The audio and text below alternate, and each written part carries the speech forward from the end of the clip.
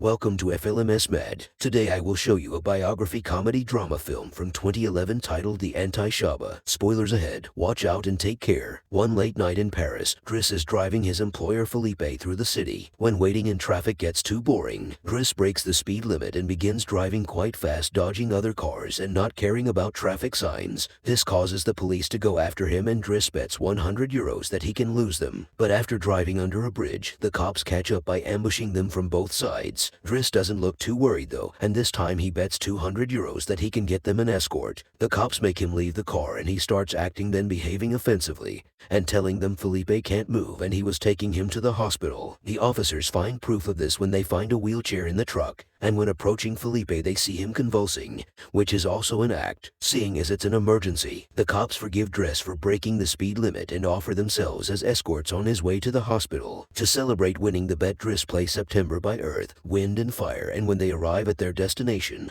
he shares a smoke with Philippe as soon as the cops are gone. Driss promises he'll handle it and drives them away just before the hospital staff could find them. This friendship began many months ago. Philippe and his assistant Bengali are holding interviews to find a new caretaker for him, but it isn't going too well because all applicants have very standard or awkward answers to their interview questions. But they're suddenly surprised when Driss storms in, ignoring the fact that isn't his turn quite yet because he only wants some papers to be signed saying they won't hire him so he can get the unemployment benefit.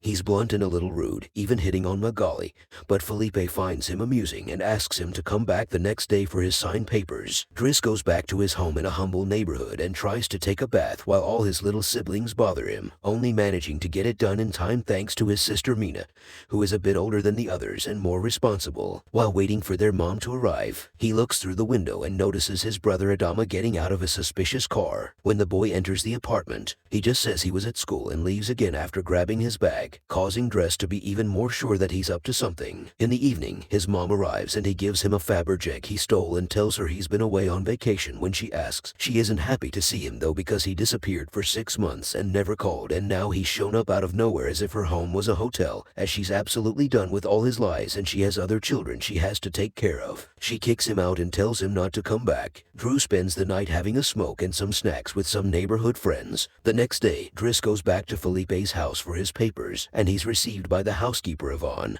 who shows him around the place and tells him about Philippe's daily routine. She also shows him the room he would get for himself with his very own bathroom. Driss can't help staring at the bathtub before he is dragged to see Philippe, who offers the same sheet of paper, but also a job opportunity. Just accepts the 1-month trial, and Philippe tells him he bets he won't last 2 weeks. After bringing his things to his room, Driss has taught how to take care of Philippe. He must learn how to keep his legs stimulated, how to put him in the wheelchair, how to help him shower, and change his clothes. Things get awkward when Driss discovers he must put on him some high stockings and even clean his butt after Philippe uses the bathroom. But no matter how much he complains and says he won't do those chores, he ends up accepting them as part of his job. Later in the evening, while he's enjoying a snack on the roof, he's interrupted by Philippe's daughter Alyssa and her boyfriend Bastian, who are looking for a private place to make out, and he kicks them both out after refusing to share his beer. Driss quickly gets used to the daily routine with Philippe, even if at first he does make some mistakes he learns from, like handing the phone to Philippe instead of putting it on his ear or forgetting the baby monitor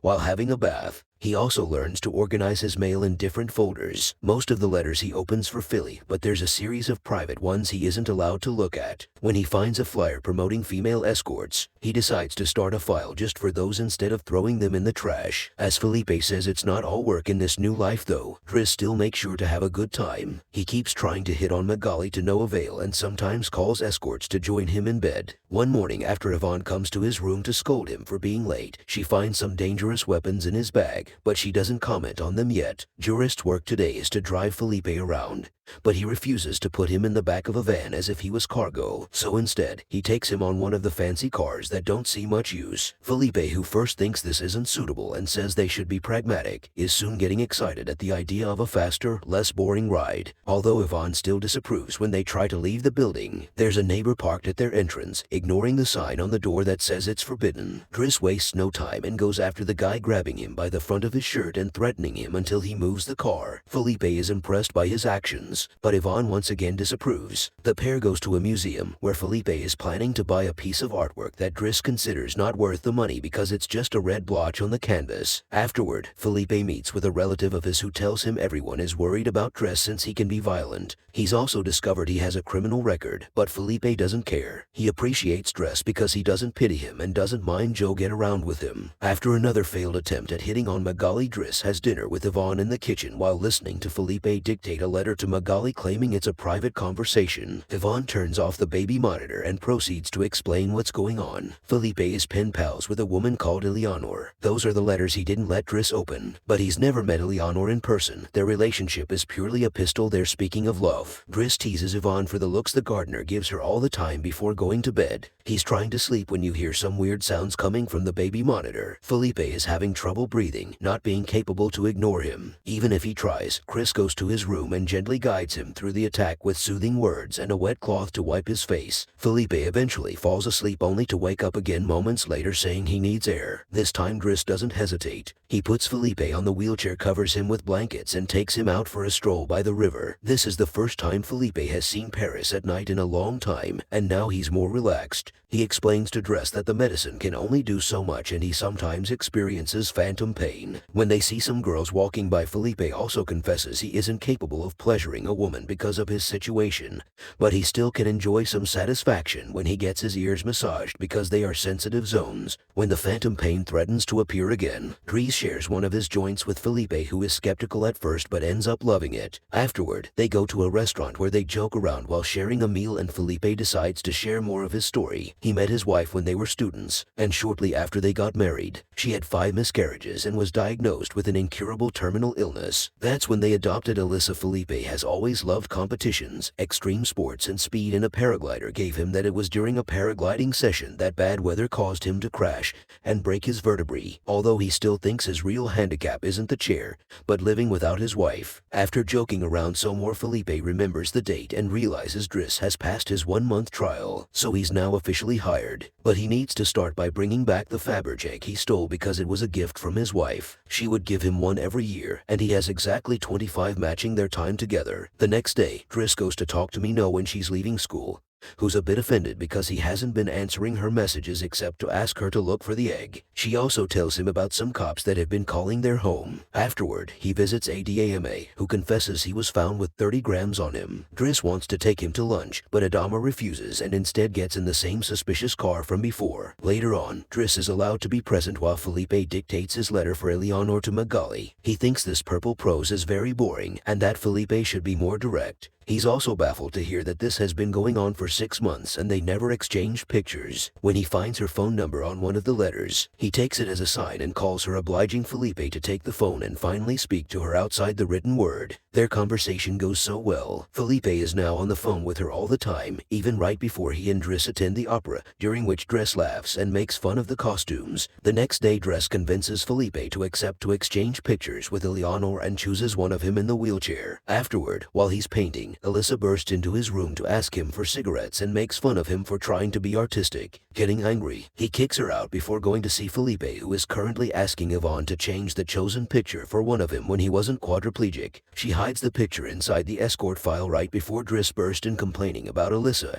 and telling Philippe he needs to discipline her, something Yvonne agrees with. Philippe agrees to talk to her, but he's mostly surprised when Driss lets it slip that he's been painting. Days continue to pass and the friendship between Philippe and Driss continues to grow. Driss takes him to play in the snow and brings him with him when he goes out for a run. Philippe gets him his first suit and scolds his daughter while Driss listens to him through the baby monitor. When Driss finishes his first painting, he shows it to Bengali, who slaps him when he tries to kiss her. Philippe, however, likes the painting and promises he'll try to sell it. The two of them have a great time with each other, enjoying things like getting a faster car, sharing joints, and even hiring escorts together. When Philippe's birthday comes, he isn't very excited about it. Every year he pretends to be surprised that they're throwing a party and has to meet with all these relatives that only come to see him on the date to check he's still alive. Philippe says it'll all be rather boring. While he and the guest enjoy some live classical music, Driss searches for Alyssa, who is crying in her room after having taken some of the Vaughn's pills, which won't kill her she expected. The reason why she's sad is that Bastien broke up with her and called her a tart, so she asked Chris to talk to the boy, which he accepts to do for a price. Meanwhile, Philippe is showing drift painting to his relative and manages to convince him to buy it for 11,000 euros. Driss goes back to the dining room and chats with Yvonne, who tells him Bengali is in a relationship with someone named Fred, but things are rather rocky at the moment, giving Driss hope. As the party begins to die down, Philippe makes Driss listen to some of the most important songs in classical music history, but he could only joke in response. After the band is done, he brings his iPod and plays Boogie Wonderland by Earth, Wind and Fire before he starts dancing right in the middle of the floor. He's an inch-threadable dancer and even convinces the rest of the party to join him and dance with him, which Philippe enjoys watching. Later, when putting Philippe to bed, Driss opens Alina's latest letter to him. She sent her picture showing she's rather pretty and is telling him they should meet next week when she visits Paris. When the day of the date comes, Yvonne and Driss put Philippe through dozens of outfits until they find the perfect one. And since it's Yvonne the one that will take Philippe to the date, Driss uses his day off to visit Bastien and threatens him until the boy accepts to apologize to Eliza and to bring her croissants every day. He also asks him to fix his hair. Afterward, he visits his mother at work, but only to watch her from afar. At the restaurant, Yvonne and Philippe are waiting for Eleanor, who is very late. After waiting for an hour, Philippe gives up, calls Driss to ask him to take him away, and then leaves the restaurant without noticing Eleanor is arriving at the same time. That same night, Philippe takes Driss with him in his private plane and gives him the money he got for selling the picture, making him immeasurably happy. They make it to the countryside the next morning, and Philippe decides to go paragliding, dragging Driss with him as well. Driss doesn't want anything to do with it, but after initially freaking out, he ends up enjoying the experience. When they return home, Adama is there waiting for Driss and gets scolded when he sees the scars on his face. Adama will still not tell Driss what's happening in his life, though, so Driss makes him wait in his room while he calls Mina to tell her not to worry and goes to put Philippe to bed. Philippe, however, isn't sleepy yet. After making Driss look at a painting with him, he asks him about his family, which Driss at first doesn't want to talk about but eventually gives him. It turns out Adama technically isn't his brother and his parents aren't actually his parents. They're his aunt and uncle. They fetched him from Senegal when he was 8 because they couldn't have kids, and his real name is Bakari Vasari, but because other kids had that name, they called him Idris, and that became Driss. One day his aunt miraculously was able to conceive, and after his uncle died, there were other men and more kids as well. In the same way Driss had talked to him about Alyssa, Philippe points out that Adama needs discipline, so he fires Driss so he can be there with his family because he can't spend his whole life taking care of an old man. The next morning after Basti and has brought his daily croissant while wearing a better hairdo, Driss packs his bags and gets ready to go. Magali comes to say her goodbyes, and when Driss tries to hit on her one last time, Magali introduces him to his significant other Fred, which is short for Frederick. Turns out Magali isn't interested in men, and Driss gives up on the spot. On his way out of the house, he gives the baby monitor back to Yvonne and teases her for having lied to him about Magali just to mess with him. In return, she gives him the escort file he had started, and he's disappointed to find the picture he had chosen is hidden there. Just throws away the file, but he keeps the photo for himself. Once outside, he finds a car once again blocking the entrance, so he asked him to move away even if he doesn't work there anymore. When Adama calls him out for it, Driss says as a matter of principle. A few hours later, the two brothers go pick up their mother at the station. While back at the house, Philippe is having his first dinner together with his new caretaker, who is stuffy and boring, and Philippe decides to leave him without even having a bite. Since Yvonne is out on a date with a gardener, nobody is there to scold him for it. As days pass, Driss goes back to his old life. He hangs out with his old friends again and tells the guys from the suspicious car not to bother Adama anymore. When he goes to an interview, he doesn't have enough experience, for he manages to win over the employer by calling himself pragmatic